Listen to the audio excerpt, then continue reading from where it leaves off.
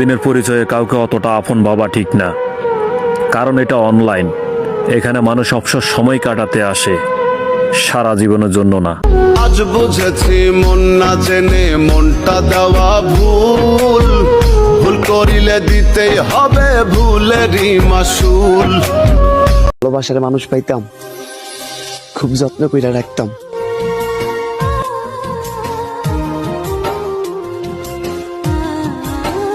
জানি না, তবে আমি মানুষকে খুব অল্পতে বিশ্বাস করে ফেলি।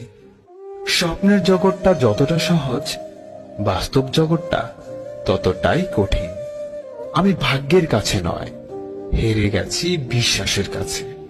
আমার জীবনটা লবণের মতো হয়ে গেছে, যার যতটুকু প্রয়োজন সে ততটুকুই ব্যবহার করে। জীবনে অনেক কষ্ট আছে, তো তাতে কি হয়েছে?